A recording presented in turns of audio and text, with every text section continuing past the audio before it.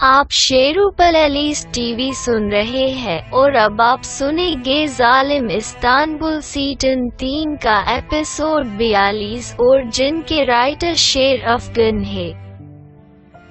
तो आए सुने। तो अब सब कुछ जल के राख हो गया, मगर रिमान दादी के हाथ में एक बैग था। अब दमला कराचाई किसी और के घर में सोफे में बैठ के कहा कि रिमान दादी के लिए चाय बना रही थी, तो मैं फोन करने बाहर क्या गए। दरवाजा लॉक हो गया और मैं खोल ना सकी और गैस फैलने से बेहोश हो गई, और जब मैं उठी तो पता ये चला घर जल गया। सहर आमी, मुझे माफ कर दो।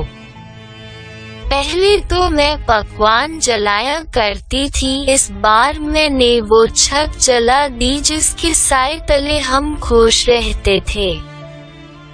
तो सहर ने कहा कि देखो दमला, ये दुनिया के छत आरजी साए होते हैं और हम सब भी आरजी होते हैं कि ये छत कभी हमारे ऊपर और कभी किसी और के, और इस छत ने जाना था तो जल गई। तुम इस पर गमगीन ना हो। तो रिमान ने कहा कि सहर साहिबा और सर पे चढ़ाओ के आज की दौड़ के बच्चे कल हमारे सर पे नाचे। दमला, तुम्हारा कसूर नहीं, जो तुम्हारे हाथ में है उसका कसूर है। इस चीज ने असली जिंदगी से बेताल्लुक कर दिया है। तो सहर ने कहा कि पहले ये बताएं, जो आप अपने सीने से बैग चिपकाए बैठी है उसमें क्या है। तो रिमान दादी ने कहा कि कुछ नहीं, मेरे कपड़े हैं। और सहर साहिबा, जो होना था वो हो गया। अब जेमरे को फोन करो, वो हमारे पास आ जाए और अंताक्या जाए। सहर ने कहा कि अगर जेमरे को फोन करे तो हम क्या बोलेंगे कि हम बेघर हो गए हैं, और मैं आपको अच्छी तरह जानती हूँ कि आपका क्या मकसद है, और मैं हरगिज़ फोन काटाई नहीं करूँगी और इस शहर में उसे तन्हा छोड़ के नहीं जाऊँगी। तो रिमान मायूस होके बैठ गई। और थोड़ी देर बाद सहर गुजर रही थी तो ये सुना कि एक औरत ने कहा कि सुनो बाहु, रात होने वाली है, इन जाने को कहे देना इस पहले ये यहाँ डेरे जम ले। तो इस पे बाहु ने कहा कि अब उनका घर पूरा जल गया, अब वो कहाँ जाएंगे। तो इस पर सास ने कहा कि जहाँ मर्जी जाए, पर हम उनकी खातिर बाहर सुने वाले नहीं। और जब वो बाहर निकली तो सहर साहिबा अपने फैमिली के साथ बाहर जा रही थी। तो उसने कहा कि आप सब कहाँ जा रहे हो, रुक जाए, बाहर सर्द मौसम है। तो इस पर रिमान ने कहा कि वो ही तो मैं इसे कब से समझा रही हूँ कि हम कहाँ जाएंगे। तो इस पे सहर ने कहा कि रिमान साहिबा, माना कि हमारा घर मलबे का ढेर बन गया है, पर वो ही हमारा ठिकाना है, उसी मलबे तले रह सकते हैं। और सहर सब बाहर ले आती है और रात हो जाती है। सहर साहिबा और सब मलबे के ढेर के ऊपर और बर्फीले आसमान के तले बैठे थे। तो सहर ने दमला को देखकर कहा कि दमला, बस ये एक काली रात है, इस काली रात के बाद हम नए छत के तले होंगे। और दमला को अपनी पनाह में ले लेती है। तो रिमान ने देखकर कहा कि अब रहने दो सहर, तुम्हारी जिद ना होती तो हम लोग बाहर पड़े ना होते, तुम्हें तो बूढ़ी हड्डी का एहसास ना हुआ। तो इस पर सहर ने कहा कि अगर आप ज्यादा सर्दी लग रही तो अपने बैग में से और कपड़े निकाल के पहन क्यों नहीं लेती। तो रिमान ने घबरा के कहा कि कभी कभी ये पेटी खोलने का नाम नहीं लेती। तो उसी घर की खिड़की से छोटी लड़की देख रही थी। तो उस माँ उसको देखकर उसके पास आई और कहा, बेटा क्या देख रही हो। बच्ची ने कहा कि मैं कुछ लोगों को देख रही हूँ जिनको बर्फानी मौसम में सर्दी नहीं लग रही, क्या वो एलियन है। तो माँ ने मुस्कुरा के कहा कि नहीं, ये एलियन नहीं है, बल्कि इस दुनिया को एलियन बन के दिखा रहे हैं कि सर्द से सफेद हो जाए, मगर लेकिन जताएंगे नहीं। तो बच्ची ने कहा कि क्या इन्हें बहुत ठंड लग रही है? तो माँ ने हाँ बेटा। तो बच्ची ने कहा कि इन्हें ठंड लग रही तो मैं अपना कामल दे दो। तो माँ ने अपना मुंह हिला के इजाजत दे दी। तो जियान घर की लकड़ियाँ इकट्ठी करके लाइटर जला आग लगाने लगा। तो सहर ने कहा कि जियान बेटे, ये तुम क्या कर रहे हो? ये घर की लकड़ियाँ है। तो जियान ने कहा कि आमी जान, इन बची हुई लकड़ियों को जलने दो, परा घर जल के गिर गया। क्या ये कुछ लकड़ियों से ये घर दोबारा घर खड़ा हो पाएगा? तो सहर ने कहा कि जियान बेटा, खुदा की कुदरत से मायूस नहीं होते। एक छोटी सी लकीर भी से समंदर में तैरा जा सकता है। दूसरी जानिब आयशा का कमरे का दरवाजा खोला तो नो साहिबा होती है। तो आयशा के हाथ से टेडी बेयर गिर जाता है।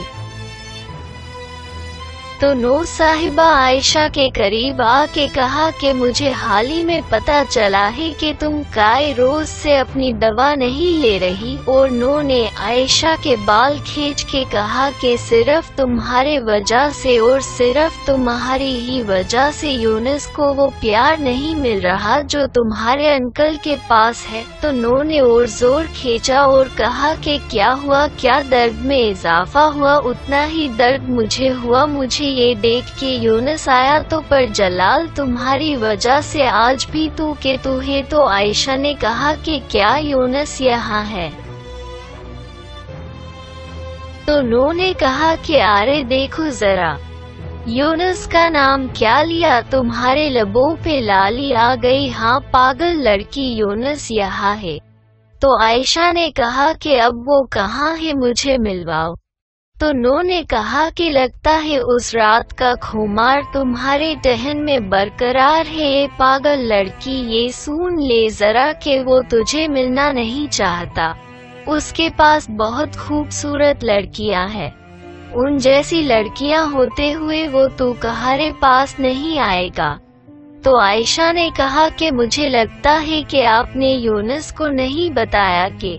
तो नो ने फौरन आयशा के मुंह पे अपना हाथ रख दिया और कहा कि खबरदार, इस बारे में किसी को कानो कान खबर न हो। लगता कि तुम्हारी याददाश्त वापस आ गई। इस बार टैबलेट नहीं बल्कि तुम्हारे लिए इंजेक्शन कारगर होगा। वो लगा देती है और कहती है कि ये पानी वाला इंजेक्शन है, तुम तड़पोगी, ये तुम्हें अपने सवालों से नाजाद दाहिंदा बना देगा।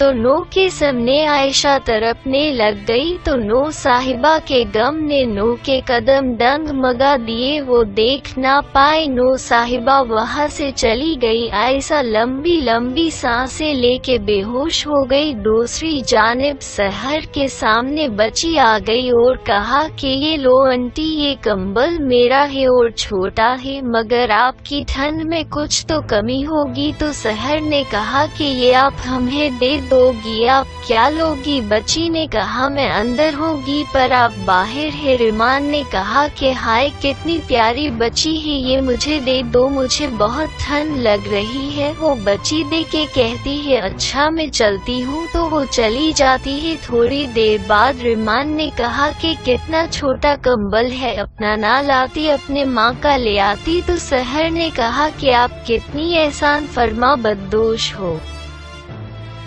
दूसरी जानिब यूनुस क्लब में नाचती लड़कियों को ताक रहा था। इतने में डैफनी आके कहा कि सॉरी यार, आने में देर हो गई, टायर पंचर हो गया था। देखो ट्रा, वही यूनुस है या कोई और यूनुस है? वोडका छोड़ के ऑरेंज जूस पी रहा है।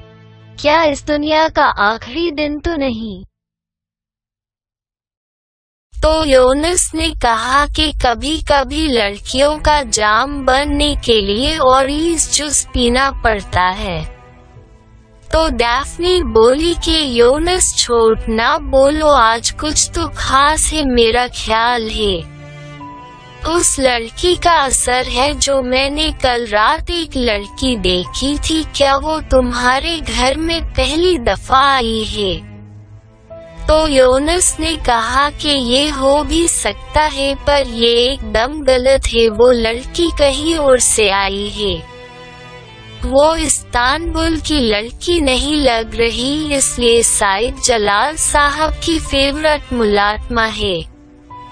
मेरी टाइप की लड़कियां यहाँ है, वो देखो कैसे नाच रही है। तो डैफ्नी बोली, लगता है अब मेरी एक दोस्त की जिम्मेदारी खत्म, अब तुम होश में हो तो मैं जा रही हूँ।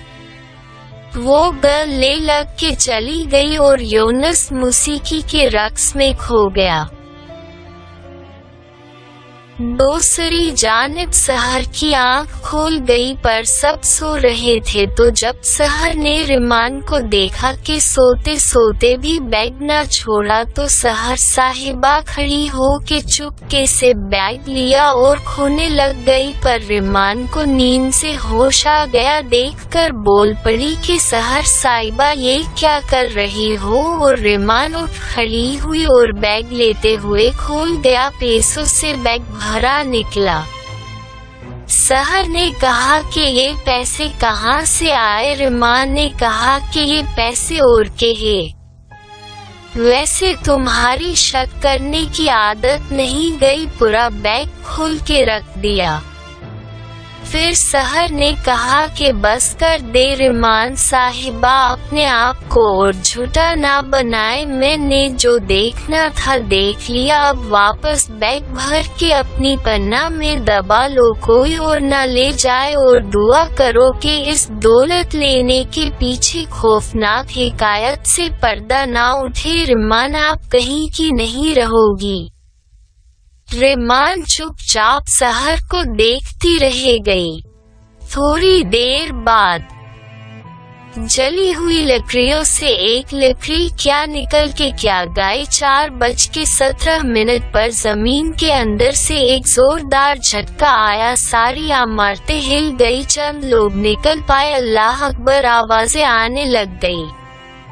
तो सहर साहिबा की आंख खोल गई, एक और झटके ने इमारतें जमीन पे गिरा दी। डिमला ने देखा कि एक इमारत से एक टुकड़ा निकल के सहर साहिबा की तरफ आ रहा है। तो डिमला ढाल बन गई और टुकड़ा जा डिमला के कमर पे जा लगा। डिमला तड़प गई। सहर ने कहा कि डिमला। सहर ने डिमला को पकड़ लिया। चारों तरफ इमारतों की धूल छा गई। डिमला कराचाई की आंख बंद हो गई। थोड़ी देर बाद सहर और जियान ने डिमला को आवाज़ें दे के उठाया। तो सहर ने कहा, क्या तुम ठीक हो? ऐसा तुमने क्यों किया? तो दल्ला ने कहा, मैं ठीक हूँ। तो डिमला अपने आप को हिलाया पर हिल नहीं पाई। तो सहर ने कहा कि डिमला अपने आप को ना हिलाओ। तो रिमान आवाजें देने लग गई। रिमान एक फतर के नीचे थी।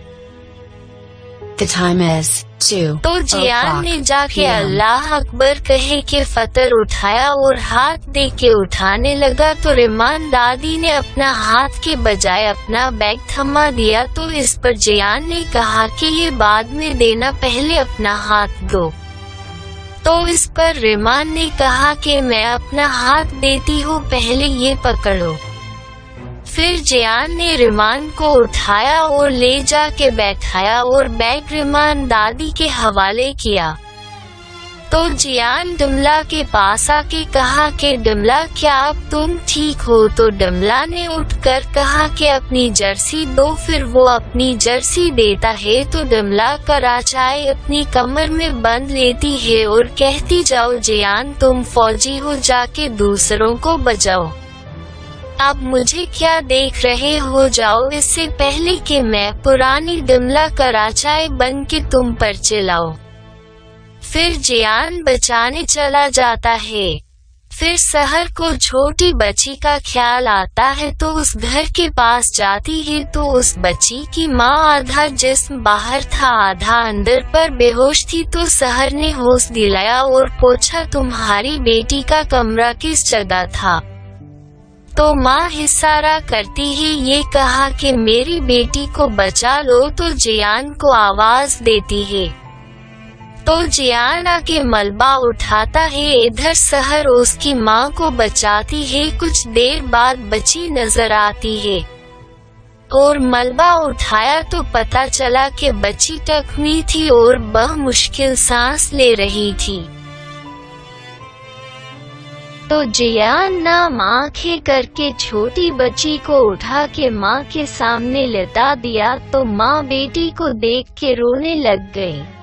तो रेमान भी बच्ची को देखने आ गई। तो बच्ची ने कहा कि आमी तुम क्यों रो रही हो? तो माँ ने कहा कि नन्ही गुड़िया तुम टकमी हो। तो इस पर बच्ची ने रुक के कहा कि मैं जानती हूँ कि मैं टकमी हो चुकी हूँ, पर मुझे उतना दर्द नहीं हो रहा जितना इंसान को होता है। मैं एलियन हूँ, मुझे कम दर्द हो रहा है क्योंकि इंसान नाशुक्रिया करता है पर एलियन नहीं करते। आमी एलियन को दर्द होता है। तो माँ ने कहा कि मेरी बेटी तुम एलियन नहीं हो, तुम इंसान की बच्ची हो।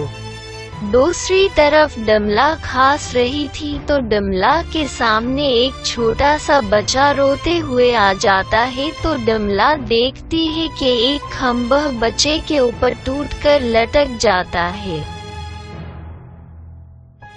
और दूसरी जानिब बच्ची ने कहा कि मैं जानती हूँ मैं एलियन नहीं लेकिन बन तो सकती हूँ।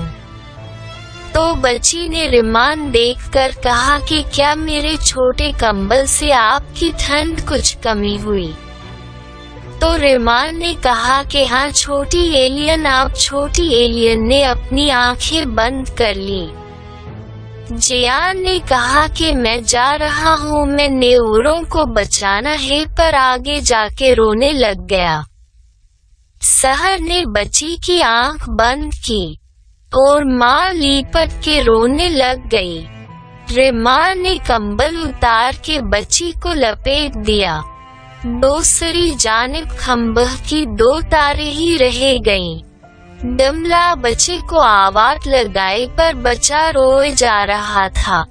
तो डमला उठकर बच्चे को उठाया, दूर ले जाके बेहोश हो गई और खम्भा गिर गया।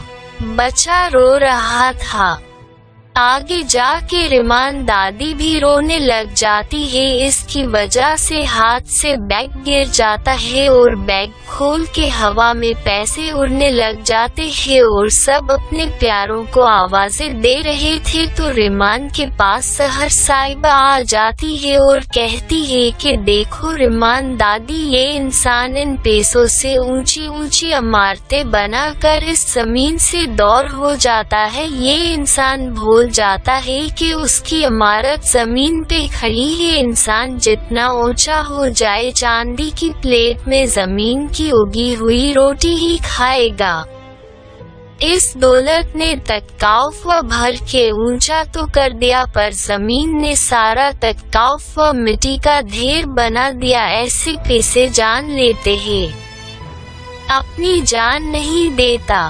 तो रेमान ने रो के कहा कि वो छोटी बच्ची थी। तो सहर निमान को गले लगा लेती है। इसके साथ काली रात खत्म हो जाती है और इसके साथ फिल्म इस्तांबुल का बियाली का किस्सा एक खत्म हो जाता है। अगर आप इस कहानी के और एपिसोड सुनना चाहते हैं तो शेरू प्लेलिस्ट टीवी सब्सक्राइब करें। और इस कहानी के राइटर शेर अफगन है और शेरू प्लेलिस्ट टीवी सुनने के लिए शुक्रिया।